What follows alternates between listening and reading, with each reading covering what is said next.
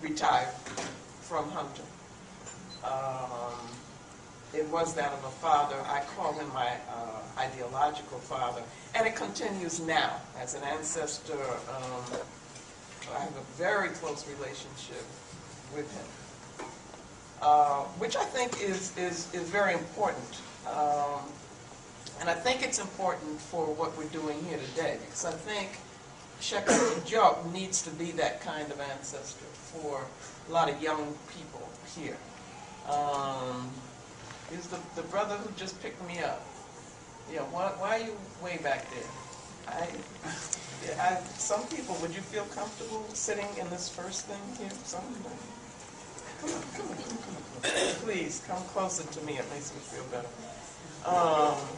People like this young brother, Ogundira, need to see Diop as this ancestral advisor, because he's got a lot to teach.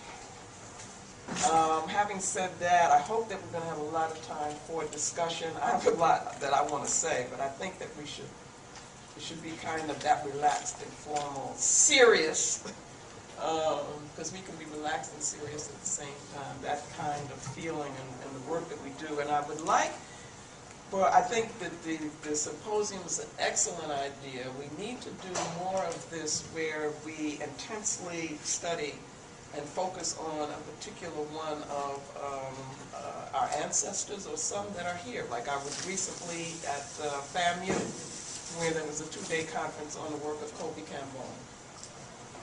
And I tell you, it was incredibly powerful. But we need to do that. There are some people in Philadelphia who are talking about doing something on the 28th. That's going to happen. Okay, that's going to be on the work of Amos Wilson.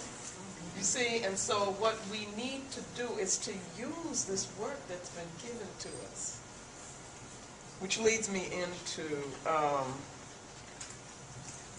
Diop. I wish I could write on the board. As a teacher, Baba Baruti knows. I mean, that's what you do, okay? So pretend I'm doing that. And I want to say, Ebunu, G, Isi, Eje, Ogu.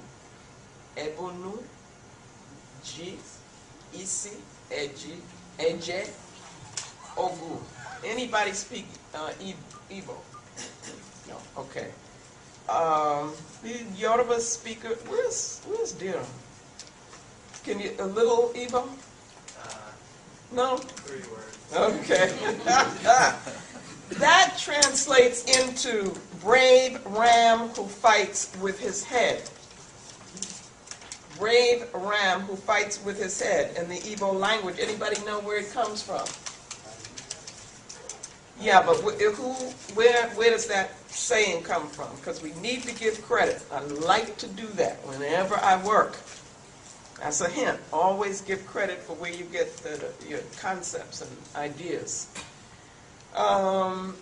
You've heard of Ife Amadiume. You need to, okay? She has a book called African Matriarchal Foundations. Thank you, Baba. However, she has also written which you should be familiar with, actually, the introduction to one of the editions of Cultural Unity. Okay, the one that was published by Karnak. So this jumped out at me, and that's what she refers to him as a praise name, as a phrase. Again, Ebunu G Isi Eje Ogu, brave ram who fights with his head. Cheikh Anta Diop, I'm saying, is a visionary. Now, we don't always think of him in terms of being a visionary.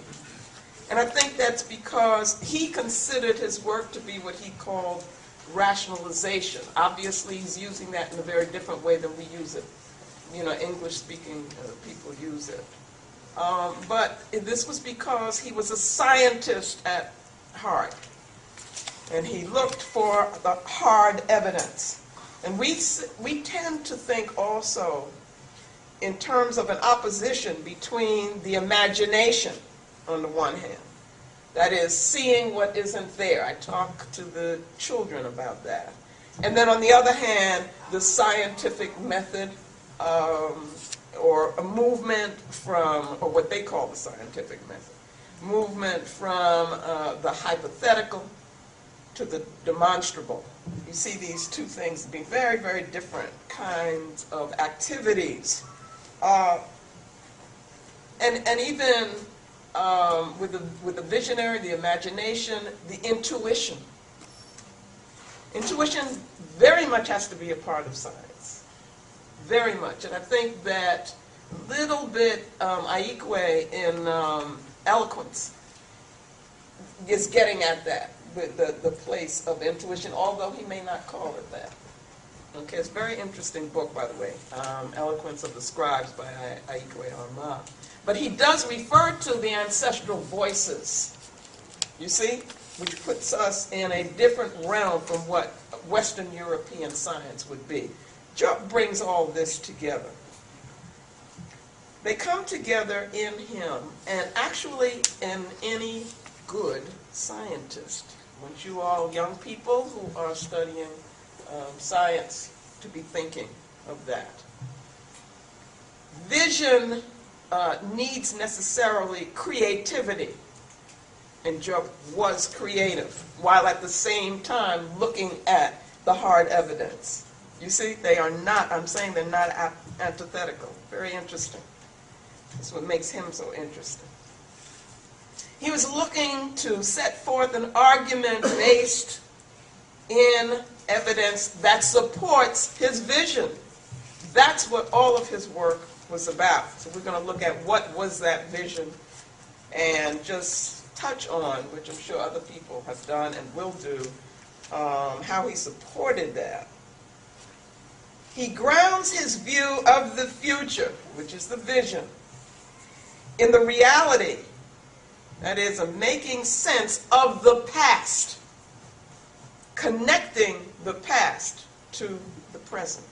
For him, that's extremely important.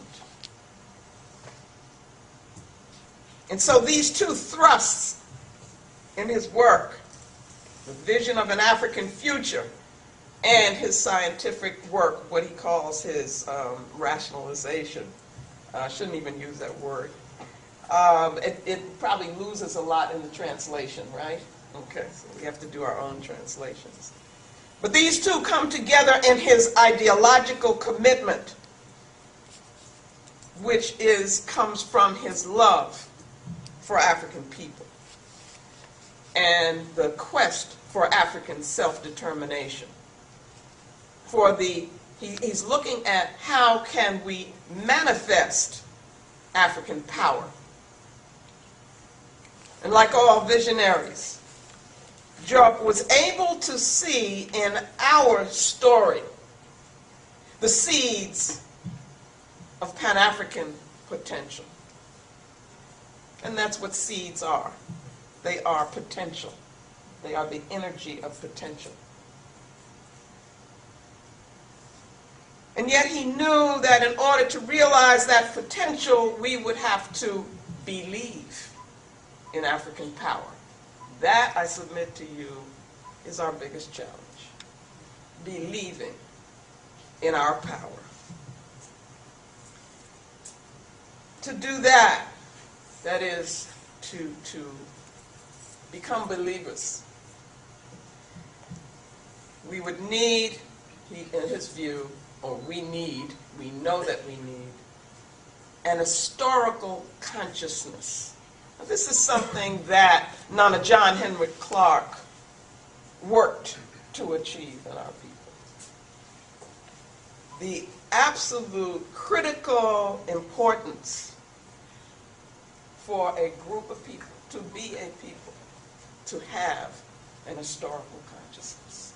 Again, when we think in terms of the ma'afa, the term that I'm using for, forcible disconnection, that is its achievement.